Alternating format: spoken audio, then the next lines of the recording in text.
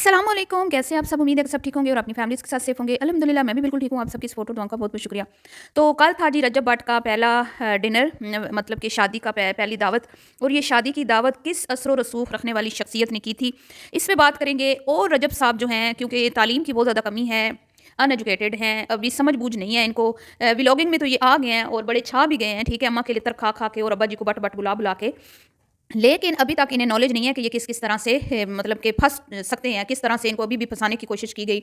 इन पे इलीगल जो है वो रेड पड़वाई गई, मतलब गलत तरीके से, गैर कानूनी तरीके से इनको अरेस्ट किया गया, फिर इनको गैर कानूनी तरीके से रिहा भी कर दिया गया और फिर इनके ऊपर एफआईआर भी दर्ज की गई, जो कि नहीं होनी चाहिए थी। मतलब कि इदारों ने अपना पावर दिखाई कि भई हम आपसे ज़्यादा पावर में हैं। इसके बावजूद भी इन्होंने एक फिर बहुत बड़ा जो है एक बहुत बड़ी गलती कर दी है।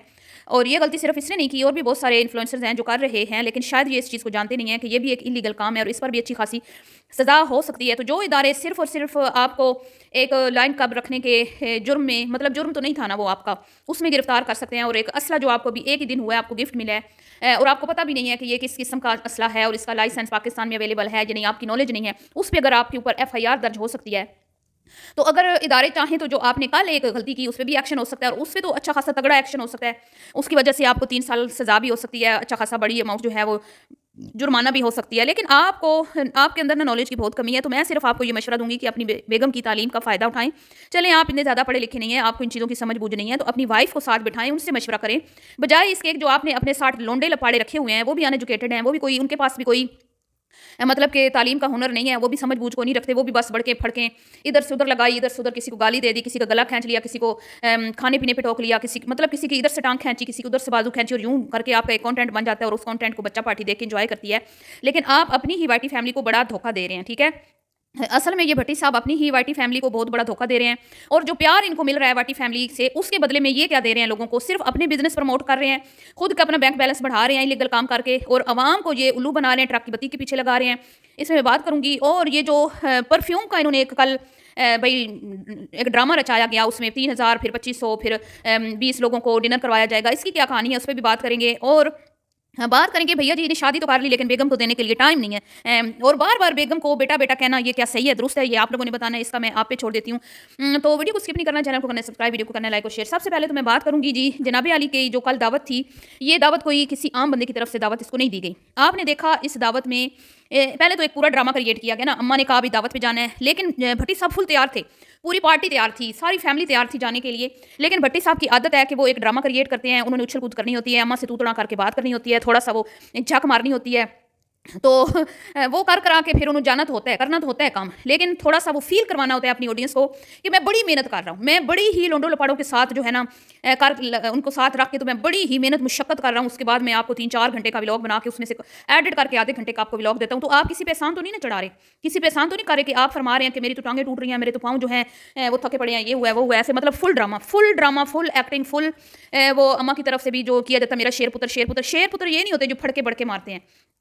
शेर वो होते हैं जो अकल से काम लेते हैं, जो शऊर रखते हैं, जिनको पता होता है कि गलत क्या है, सही क्या है, मैं जिस डायरेक्शन में जा रहा हूँ वो डायरेक्शन दुरुस्त है मेरे लिए, मेरी फैमिली के लिए। यूँ फड़के मार लेना, सिद्धू मूसे का नाम ले लेके वावेला मचा लेना, जेल के अंदर खड़े होकर पिक्चर बनवा लेना, ठीक है, और अपने हर चीज़ में लोगों से लड़ाई करना, हाथापाई करना, ये कोई, और टिकटॉकर्स के साथ दोस्तियाँ, यूट्यूबर्स, यही आपको बर्बाद करेंगे, यही आपको एक दिन बर्बाद करेंगे, जिनकी दोस्तियों पर आप फख्र करते हैं। ये कोई शेर बच्चा नहीं होता। शेर हमेशा वही होता है, दलेर भी वही होता है जो हिकमत अमली से काम लेता है और समझ बूझ रखने वाला इंसान होता है, और उसको पता होता है कि मैं जो काम करने वाला हूँ इसमें मुझे कितना नुकसान है और कितना फायदा, और मेरे साथ जुड़े हुए लोगों को कितना फायदा है। ये तो जो इसके साथ जुड़े हुए लोग हैं, ये तो उनके साथ सिंसियर नहीं है। मैं अभी आपको बताती हूँ।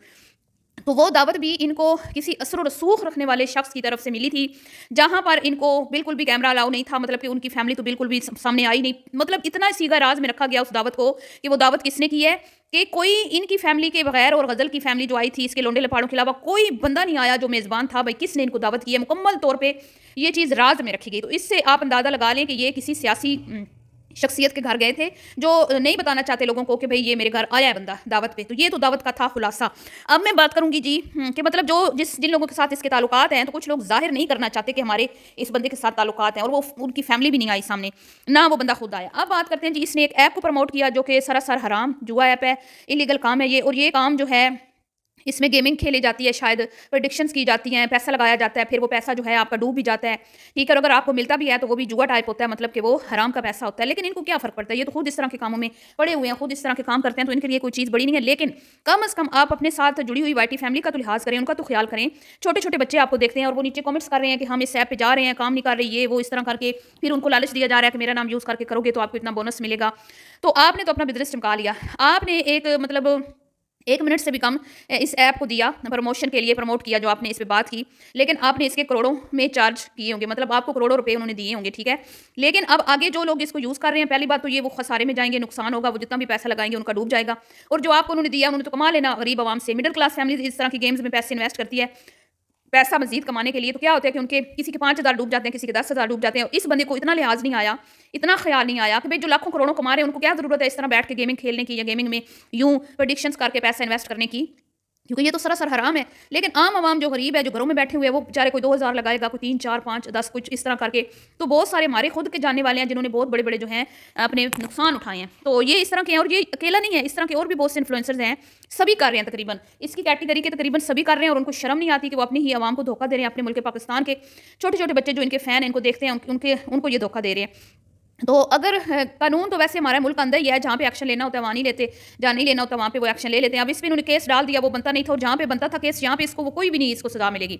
अब चाहें तो ये हमारे मुल्क में गैर कानूनी है, एक तरीके से इल्लीगल काम है जो इसने किया है, ये आपको प्रमोट किया, इस पे इसको सज़ा भी हो सकती है और इसके ऊपर इसको अच्छा खासा जुर्माना भी हो सकता है, जो नहीं होगा। तो ये था जी। और ईमान की बात करें तो ईमान का लगाव जो है वो अंकल जी यानी कि भट्टी साहब के साथ बढ़ता जा रहा है, क्योंकि हस्बैंड साहब तो जो है वो टाइम देते नहीं है, तो ज़ाहिर बात है फिर सास और ससुर के साथ ही दिल लगाना होगा ना वो बेचारी, और फिर उसको भी तो कंपनी चाहिए। तो वो अबू जी के साथ उसका प्यार बड़ा क्यूट सा मुझे लगा कल जब वो कॉफ़ी लेके आई उनके साथ, तो बड़े भट्टी साहब क्यूट से लग रहे थे। भट्टी साहब वैसे भी बड़े प्यारे इनोसेंट से हैं, बहुत ही नाइस इंसान हैं। अम्मी जी थोड़ी-सी हद से ज़्यादा ही तेज़ हैं, और ये तेज़ियाँ जो है ना इंसान को ले डूबती हैं। तो ये था जी। और परफ्यूम के हवाले से अगर बात करें जो प्रमोशन की गई, अब आप ये देखें कि मुहतरम फरमाते हैं कि हमने इसकी कीमत रखी थी 3,000 और बाद में बीवी कहती है 25। तो तू कौन होनी है? तू कौन होनी है? पैसा मेरा लगो या काम मेरा है, कारोबार मेरा है, मैं तू कौन होनी है 2500 कहने वाली? 3,000 उसकी अमाउंट रखी गई है उसकी। तो वो फिर 2500 करके, और उसमें 20 लोगों के लिए उन्होंने कहा भी हम डिनर करवाएँगे, जो ऑर्डर करेंगे उसमें से कोई, वो उन्होंने कहा गोल्डन कार्ड वगैरह निकलेंगे, तो वो जिसके पास वो कार्ड होगा उसको हम डिनर करवाएँगे। अब देख लें, भट्टी साहब कहते हैं कि 20 बंदों से ज़्यादा मैं किसी को खाना नहीं खिला सकता, और खुद जिस घर में ये इनवाइटेड थे वहाँ का खाना इनकी शादी से कहीं अच्छा खाना था। इन्होंने तो अपनी शादी में किसी को कहते हैं ना पूछा नहीं है कि यार तू भूखा तो नहीं जा रहा मेरी शादी में आया तो? इनके तो मेहमान भूखे चले गए थे। तो मुफ्ता जहाँ खाना हो ना, वहाँ भट्टी साहब बड़े जो है ना पूरा का पूरा टोला लेके पहुँच जाते हैं लोंडे लपाड़ों का। तो लोंडे लपाड़ों ने वहाँ से जो मुफ्त का खाना खाया वो भट्टी साहब की शादी के खानों से कहीं अच्छा था, कहीं खुला था। तो वैसे शर्म आनी चाहिए, आपके तो मेहमान आधे से ज़्यादा खाली पेट चले गए, खुद आपके घर के लोग खाली पेट चले गए। तो वो जी परफ्यूम का जो चक्कर चलाया है जी, उसमें वो आपको गोल्डन वो होंगे, शायद कोई कार्ड वगैरह ये डालेंगे उसमें, तो टिकट्स होंगे शायद इस तरह कुछ, हाँ टिकट्स होंगे। तो वो आपने भई अब देखें, इन्होंने तो 20 लोगों को वो टिकट्स दे दिए, 20 लोगों से ज़्यादा भई इनकी इस्तिताअत नहीं है डिनर करवाने की किसी को, ठीक है? भट्टी साहब की बढ़ के फड़ के देखा करें, शो ऑफ इतना, रोज़ाना करोड़ों में कमाता हूँ अम्मा, सारा कुछ, सारा माल मवाद बैंक में रखवा दिया ना, डॉलर शॉलर ज़ेवर शेवर सब कुछ, फड़ के बढ़ के इतनी है। डेली का आप इतने लाखों में कमा रहे हो और 20 लोगों को आपने डिनर करवाने के चक्कर में आपने कितना आपने परफ्यूम सेल कर लेने हैं। ये भी तो देखें ना कि भाई हज़ारों लोग होंगे, इतने इसको देखते हैं, डेली इसको कितने लोग देखते हैं, आप खुद ही अंदाज़ा लगा लें इसके व्यूज़ से। तो उनमें से कम आधे लोग तो ज़रूर ऑर्डर करेंगे ही कि भाई इस बहाने हमारी भट्टी साहब से मुलाकात हो जाए, रजब भट्टी साहब से। तो इस लालच में लोग ऑर्डर करेंगे, बहुत सारे परफ्यूम जिनको नहीं चाहिए वो भी ऑर्डर करेंगे, और भट्टी साहब का तो हो जाएगा फ़ायदा। और क्या होगा कि बेचारे लोग जिनको नहीं भी चाहिए वो भी ऑर्डर कर लेंगे, गरीब जो बेचारा दिहाड़ी दार है उसका बेटा भी ज़िद करेगा मुझे 2500 चाहिए, मैंने भट्टी साहब का परफ्यूम लेना है। कितने ही लोगों की दिल आज़ारी होगी इसमें, है बिज़नेस करने का आपको ये तरीका सही मिला कि आप उसमें 20 टिकट डालेंगे डिनर के लिए, ताकि जिन्होंने नहीं लेना वो भी लें, आपका तो कारोबार चमक गया। गरीब किधर जाए? जो आपके पीछे दीवाना है, जो आपके पीछे पागल है, वो किधर जाए? ये लिहाज नहीं किया आपने, ठीक है जी। तो अब आप लें वो टिकट्स, 20 परफ्यूम्स में से वो टिकट्स निकलेंगे, जिसके निकलेंगे वो भट्टी साहब के साथ डिनर करेगा। तो भट्टी साहब तो वैसे ही सरेआम मिलते हैं सड़कों में, बाज़ारों में, घर के सामने, हर जगह पे। भट्टी साहब ने कब अपनी लाइफ को वो रखा है संभाल के, या अपनी कोई प्राइवेसी को कभी रखा हो मेंटेन करके? ना, ना, ना, ना। ये तो कोई ख़ास बंदा नहीं रहा, ये तो अब आम हो चुका है। आम वही होता है ना जो हर मतलब अपनी हर चीज़ खोल के सबके सामने रख दे, तो वो फिर ख़ास तो नहीं रहता ना, ये तो आम हो चुका है। तो बहरहाल जी, ये सब बातें हैं कामकली की। भट्टी साहब को पता नहीं कब अक्ल आएगी, इतनी पढ़ी लिखी खातून ले आए हैं, लेकिन उसकी भी शायद ये ना माने, क्योंकि ये खुद पसंदी बहुत है इनमें और अपनी मनमानी करने वाला ये बंदा है। और लेकिन अगर थोड़ी सी अपनी बीवी की भी सलाह ले लें तो मेरे ख्याल में इसके लिए ज़्यादा बेहतर रहेगा। बहरहाल जी, मिलती हूँ नेक्स्ट वीडियो में। आपने दुआओं में याद रखना है। वीडियो पसंद आई हो तो लाइक शेयर कीजिएगा, और अभी के लिए इतना ही। अल्लाह हाफ़िज़।